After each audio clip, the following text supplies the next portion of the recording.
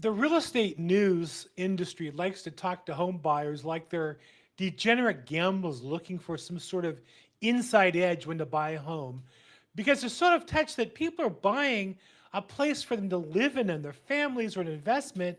They're not following the latest NFL spread between two teams playing an upcoming game. Yet every spring they tried out the what's the best time to buy a house narrative. And you'll see the article over and over again. And this week, hat tip to my good friend Tina Allums sent me a version of it from Newsweek that shows you just how stupid the real estate news thinks you are as a home buyer or investor or professional.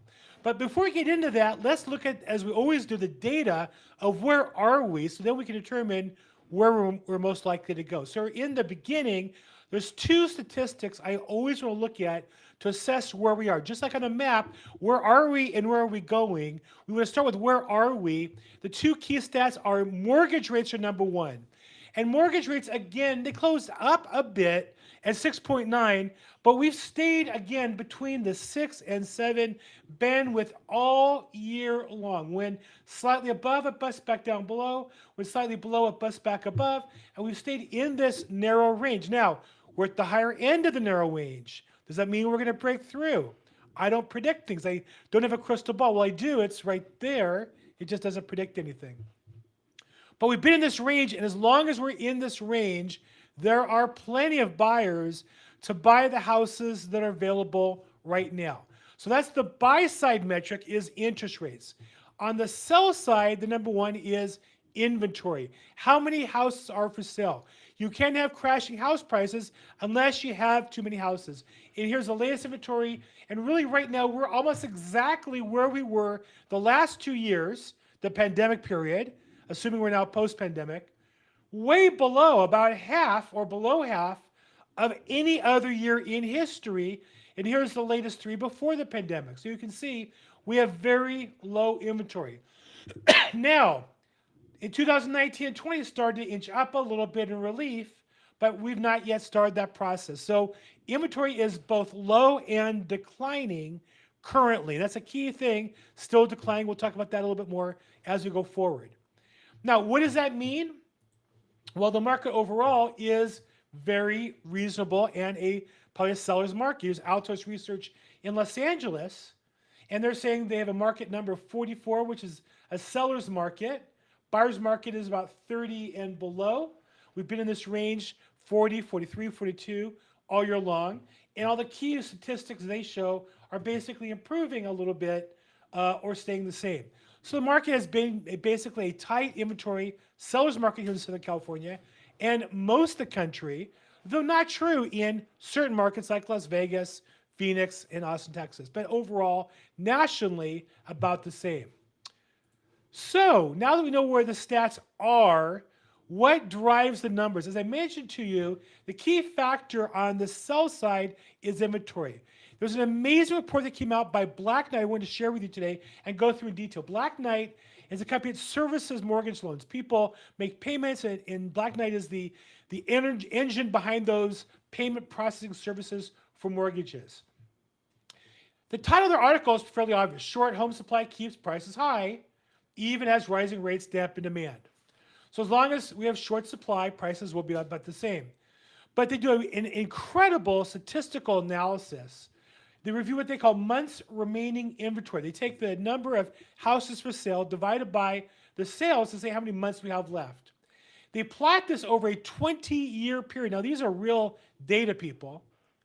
And what they show is what's called a correlation coefficient, in this case negative, between inventory and prices. What that means is lower inventory, higher prices. That's inverse or a negative relationship. An absolute predictor would be 1, meaning if all the reason why housing prices went up was declining inventory, it would be a 1. And you can see that basically hits about a 0.8%, meaning there are some other factors, but 80% of the variance in pricing is based on inventory. Or if you know inventory, you know 80% of the story. Now, that's one part. This graph shows it perfectly. The second thing they do that's just magical is they plot out what they call a lag time, meaning when inventory starts to go down or starts to go up, how long does it take for the market to reflect that in pricing? And they take the national statistics and say it's about 2 months. So if we saw, to go back, this chart, inventory going up, we'd expect within 2 months to see prices going down as well. Or if we saw inventory going down, we expect 2 months later prices to go up. That's what the inverse correlation shows, and a lag of 2 months. Fascinating. So you have about 2 months head start. Why is that? Because people get into escrow. It takes about 2 months to close escrow, and they don't really rethink that. Number one. Number two, they have money at risk, so they're more likely to buy, i.e. close a transaction, than a new buyer. So it makes sense. 2 months is a reasonable number. But a fascinating number they do. They take all the numbers and break it down by states. Of course, California being the largest market, the one that I'm in. And they take California's numbers applied out and realize that unlike other markets, there's a 10-month lag time. Meaning if inventory starts to go up in California, we have about 10 months before we'll see prices because there's this built-in demand. There's buyers who got decline. The lost out who finally get it 3, 4, 5, 6 months into the changing market and get caught by surprise. That's why it's so important to check the market inventory every single week. So again, you look at the statistics, the number one factor affecting price of houses, inventory. However, it's about a 2-month lag. In the California, it's a 10-month lag, which means we have more time to make mistakes. We also have time to be in denial. My experience with this is when the market changes nationally, California is slower to change, and buyers will still be overbidding and overpaying. It takes about 10 months before reality sets in. So those, I think, are amazing statistics. Now, I alluded to the beginning, the real estate news industry wants to. It's so funny. Here is I'm talking about this article. And it's a song and dance is the advertisement. Realtors reveal the worst time to buy a house. Now, if realtors knew that, wouldn't they tell their clients? Wouldn't they scream it from the top of the market? It's a bad time to buy. No, they never do, because the right time to buy is the right time to buy for you. This is Newsweek. Newsweek, when I grew up, there were 3 magazines: Time, Newsweek, and U.S. News and World Report. And they dominated the news market.